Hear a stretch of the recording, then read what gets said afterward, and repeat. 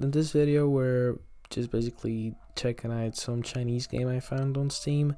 It looked sort of interesting, sort of like a slideshow, Sherlock Holmes type of game, where you try to find out who killed someone. And if you guys like it, then give it a thumbs up or anything else. I've played only for the first 20 minutes. Yeah, I hope you enjoy. Thanks. Pressed on his wound, he'd rather be offered a larger and thicker blanket so that his damp and freezing body could be covered. This was the third turquet. What the fuck is a turquet? The first and second one were soaked by his blood, then got dried and stuck directly on his neck. He wasn't able to remember the details of the murder. Due to loss of blood, he lost himself to exhaustion and vertigo. He eventually felt his blood mass became heavier than it was supposed to be.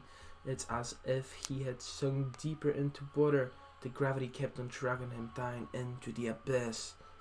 To hell. Maybe. And we've got the line.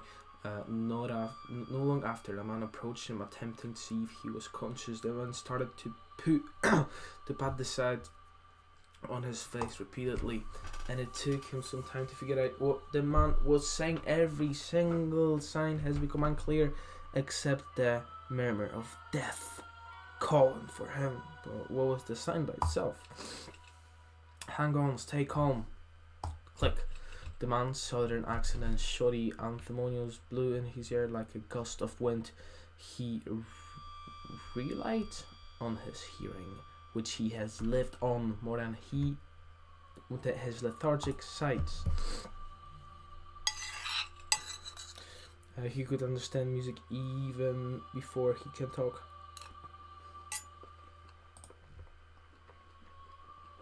About his voice,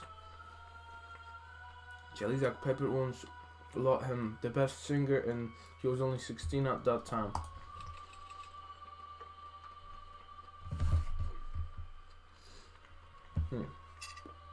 I need to drop the food. Every inhabitant took a leaflet of his father's orchestra before they arrived in Promland. He took people's praise for granted. Since the day he began to sing, he believed that the world would be captivated by him forever. Born of a clear voice and talented mind, he believed that he deserved all the cheeky love of the world. Leather Theatre should be the final of their tour. No one foresaw it would be the end of their future. Okay. They were at rehearsal when death paid a visit. He remembered the appearance of a blurry shadow with a sharp voice that could even split the particles in the air.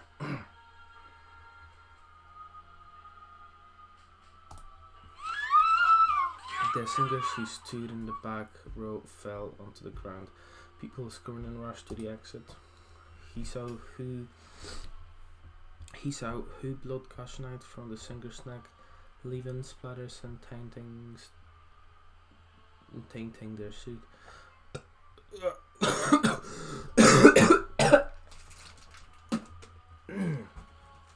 In the midst of panic, their attempts to stop the bleeding were rather clumsy and reckless.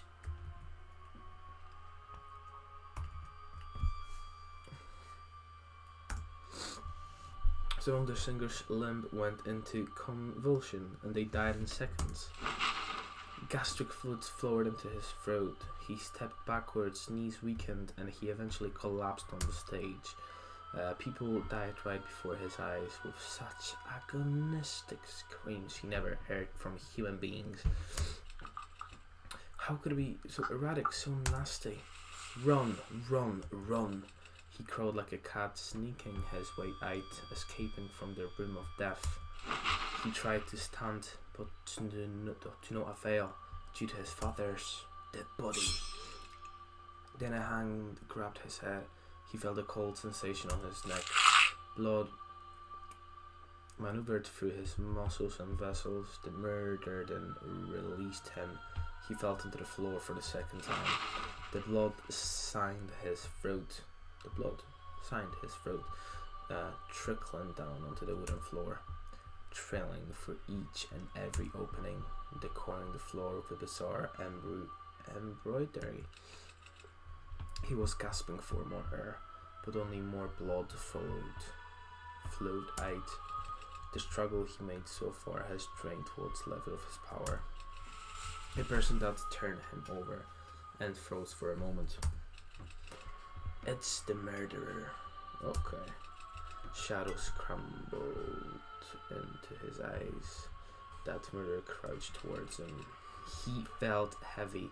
For a second his head felt tight. Then the next second his mind loosened gently. Later he saw the police officers wandering. Their heavy footsteps can be heard scrambling around the premise.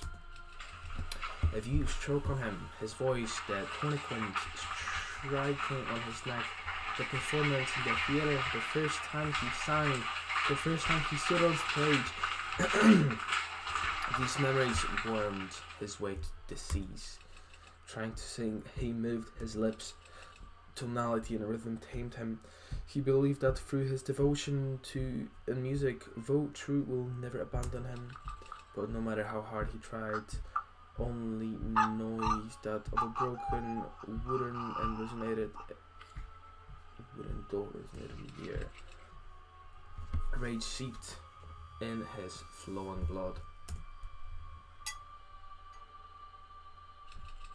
The murder intrusion into his bright features almost unforgettable. His voice, moreover, the only thing he cherished. I will slice your neck like this, he vowed. No, not enough. The murderer must lose every single thing that belongs to him. His feet, his eyes, his tone, his organs. I will decorate the whole stage with his body. After that wouldn't be the end. He would not culminate in this. He stretched the hind out into the air with foam and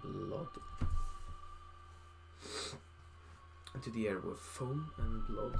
Trickling all over the floor. He crawled to sing the aria which he favored. So is he a zombie now? Since he died. You gotta kill him.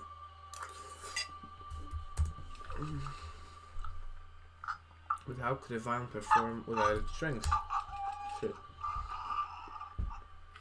In that darkness, he saw young Chesenpal rising, a gesture of silence. He should succumb to darkness. Hatred, grievance, and fear followed down his backbone. Decreasing, nothing will accompany him but silence in his death, in which his patient's screams will grate and cease to exist.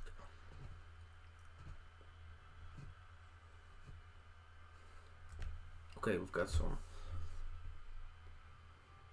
All songs must be haunted, for that is the omen of Doomday. Let's put the tune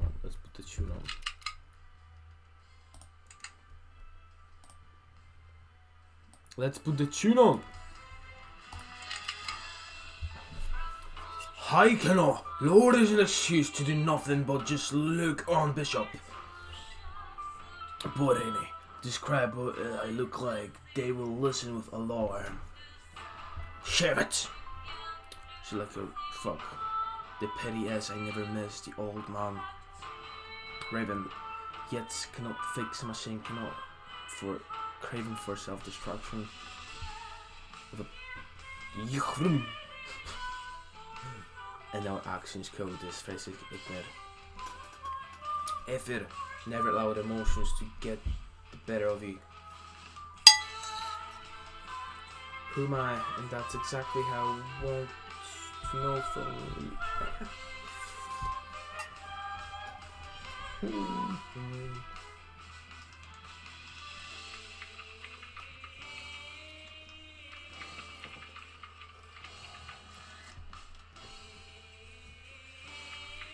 Fuck, that's really interesting. The animations are cool as fuck.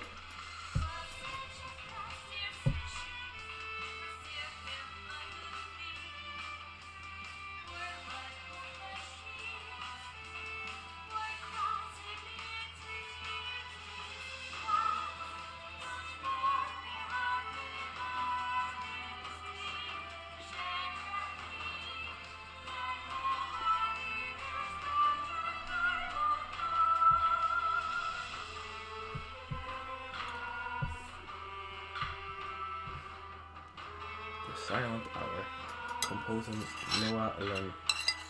Oh, so far it's really climatic. It's really climatic, baby.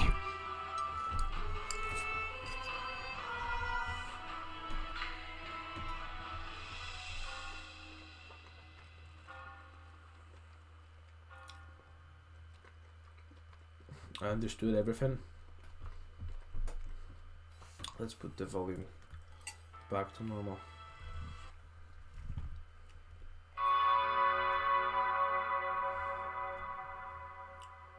Fourth Wednesday, fifth Thursday, sixth Friday, Saturday.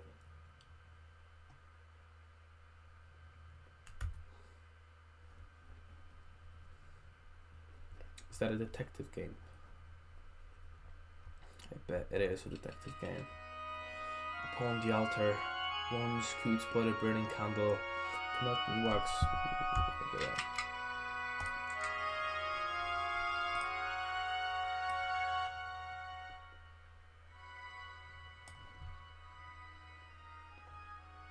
Fuck, the music is genuinely really nice.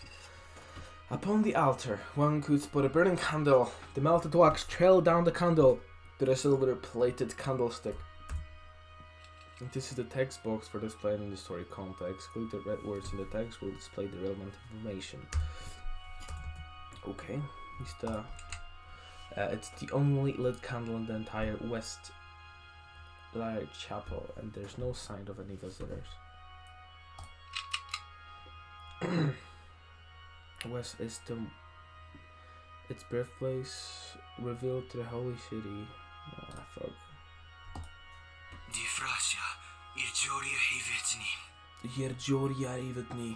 Left click or press C on the character's name to access their profiles. Right click. So that's. I really want to read that much. I want to read, but I do not want to read that much. Yeah. Commit to it. It was the last night. The tomb's gate opened to the fateful while. The death groaned, bringing filth, blood, and pestilence upon the world. After having a deep sight, Hienko extinguished the lingering flame and towards the melted candle. Shit, that sounds elfic. And so Theophiesta received a decree. His revelation was given by vote true. Thus the Lord sent forth the apostles to heal the signs of men. The function key in the bottom right corner displays your present karma points. Click the function key to access relevant bonus or shortcut functions. You can set your navigations. Right click or press to also enable you to access the menu page for more. The confessor.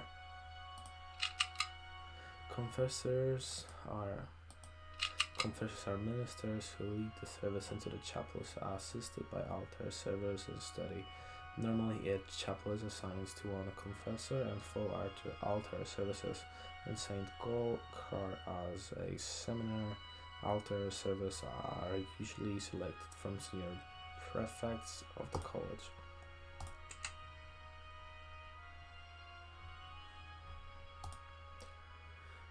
Gazes down the rows of empty pews. Theophilsa vi velgen von uns. Himar me velgen. Vitsi iuist.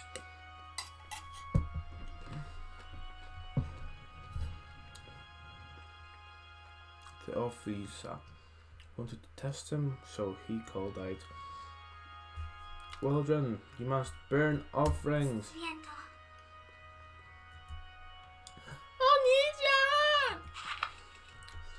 His musings are interrupted by a young girl's voice. With eyes bigger than her brain, his musings are opens his eyes, catching a glimpse of the purple dress emerging from the behind the pews. I was still in a prayer. I'm very sorry. I thought you might be dumb. Hinko smiles, standing up and be coming towards the altar.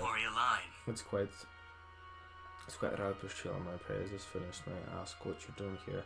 My child, I thought you would be enjoying the holidays by now. Oh yes, preparing for the baptism must be exhausting. Is there anything I can do for you, Father? I think so. I'm grateful for your help. You may sweep over there, and I will prepare the altar.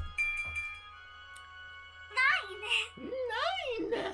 Yes, sir. Priscilla does as she's told, and bright smile illuminating her face. Priscilla does. Hank washes her throat away to fetch a broom, and is irresistibly moved by her cheerful demeanor and openness. He takes a brass spatula to clean the wax from the candlestick and pops a new candle in. The clanging of the metal blended with the swiss of Priscilla cleaning. Silence filled the chapel the moment Priscilla arrived. While cleaning the floor, she hums a glorious hymn.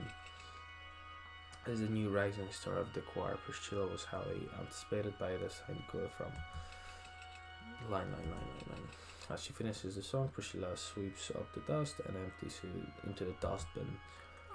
Father Muslim, I have something to confess, and what that would be. I actually came here to ask permission for us to sing during the festival. Sister Fiona and everyone else in the choir agreed that it's such a waste that we're not singing. Priscilla rushes over to Henko, broom in hand. She stares up at him with her biggest puppy dog eyes, only for Henko to bow his head and sigh. We've been over this. Our choir will not be performing that's final. But Father, it'll be the first baptism day since the war ended. It doesn't make any sense for our chapel not to join in the celebrations. Priscilla and the others had a point. In fact, everyone who heard that Henko didn't respond to the invitation thought he was being unreasonable. The only one who truly believed in his decision was no mistake was Henko himself. Priscilla! My dear, don't fight this. I don't like arguing with you. Besides, you would have to compete with performance all around the country. Even if our court was selected, you would all have to perform for each of the 3-day celebrations. As mentioned, since the first baptism day in our 4 years, even after a single mistake would be tolerated. Are you sure that you've prepared the young one? As you mentioned, since it's the first baptism day in 4 years, not even a single mistake will be tolerated. Are you sure that you prepared the young one? Z! Of course we are. Fiona asked us to practice our performance, and we've already learned all the songs off by heart. And I had the final show list. Didn't come right yet, right? Please let us join, pretty please. Priscilla frowned, squinting at her shoes and twisting her fingers sullenly. All it took was one last pleading look to at last shake his resolve. A line. Alright, for the sake of Fiona, the church will screen the performance in 3 days. If you've chosen, then we'll see if you're chosen. Really? Thank you! But if you're not chosen, you'll have to sit and watch the performance as part of the audience. Do you understand? Yes, Father, we'll definitely win if you let us participate. Pinky promise. Hanko words bring the light of hope back to the little girl's eyes as she holds out her pinky and the next finger looking up at him. The confessor grins and interlocks pinkies with her monkey in a childhood style promise. Deal not back to work with you. No take backs, just like Sanders B says. Utterly confused, Hanko almost dropped the sign still.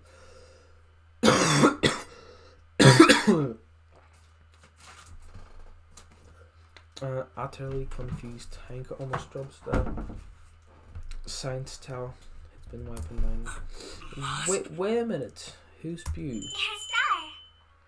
Sister's the handsome man that always comes to visit her. I'm really looking forward to the wedding. Oh, can you perform there as well, please? You can't hear the seminary. Who the fuck's the seminary? Is a divinity school constructed from a yet to be completed cathedral located in the suburban area of Talismanic. It has been around for approximately 500 years. The school has its own libraries and museums, and its chapel is open to the public. For many, its ever sound bell tower is the most seductive secret. Getting married? Though true. Bless her. How was that even possible? His little sister was still studying at the women's college. How could she date in such a sacred place? No, the point was that he didn't even know she had a boyfriend. The revelation shatters Heinke composed like a bullet through a sheet of glass. He closed his eyes, sadly realizing in a way he never had before. Cassandra had grown into a woman with her own ideas and secrets. Where are they now, Priscilla? I just saw them in the library. Nothing the conference Einstein has settled and rushes out. Well, I've never played a game like that before. Heinke goes straight down the hallway towards the chapel library. The brass on the door was so immaculately polished that a distorted reflection of his face looked back at him. The confession of Saint Gothram squeezed 2 pieces of paper in his hand. The ticket for baptism day. He has the perfect excuse to step inside, but his feet seems to stick to the floor, keeping him from moving. Sandra's quiet chuckle and the softened voice of a young stranger trickled through the crack. You fucking creep. I can wait, you can tell him, forget about the festival, we can meet after voices become soft and still. Heinke presses himself close against the door. He could have sworn he heard suspicious rustling, and for the sake of virtue, if the boy even dared to. Who's there?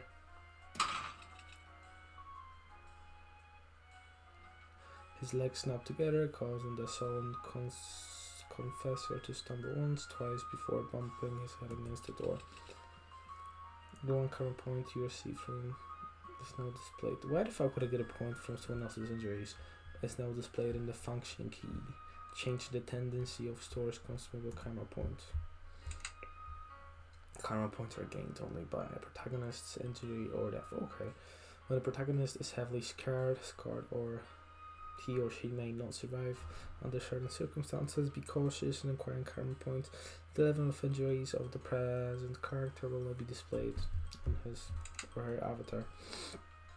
You will incur 1 karma point when the protagonist is injured.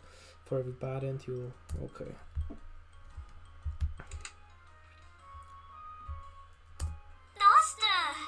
Dosta! Brother, why are you here?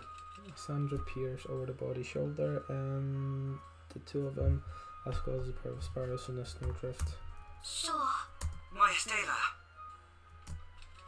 The young man steps forward and gives a friendly smile. Great, thanks for your note. You must be the Reverend Father Nuthlam. I'm so sorry I didn't know you'd be stopping by. Doesn't like the young man at all. He doesn't appreciate the poorly disguised sarcasm, nor the aura the man gives off. An aura which certainly doesn't belong to a seminary. Well, you're the one spying on anyone else, mate.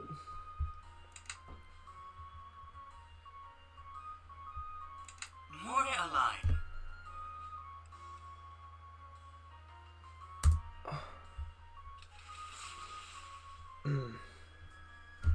Heinke leaves his invitation dangling in the air.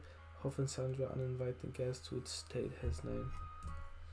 However, the boy appeared nervous, pulling the tip of his hat over his eyes. Sandra's eyes shift between her brother and her boyfriend before she finally nudges the boy. Show. I'll be leaving now. I just came to get some old newspapers, that's all. I'll see you later, Sandra. It was nice to meet you, Father Heinke. It's a lie. Good day. After the footsteps fade away, Heinke turns to his sister. Sandra stands near a shelf, head bowed, and clutches a newspaper in her hands. Dear Chloe. What was that hooligan you were flirting with just now? Why the fuck do you care? Dosta! Maybe because you cannot get laid, you little prick. It doesn't matter what his name was. The boy is not the type of man you can rely on. I forbid you from seeing him again, especially on this chapel. Fuck you, it's public. Everybody can fucking walk in here. Crosses the room to the large oak table by the window before sorting through the books and old newspapers left behind, wondering why the boy had needed them. I'm at age 16, Hanko. I'll be an adult next year, so I can see whomever I want to, and you cannot stop me. Indeed. Stops to flick through some paper. Sandra. Seeming to run of courage, she looks down the ground, his eyes rimmed with pain as she thought of her tears. A line. I overlooked this for now, but now. So the first 20 minutes of the game. If you guys liked it, put in a comment, a like, a dislike, and tell me if you wanna see some more of this game. Thanks.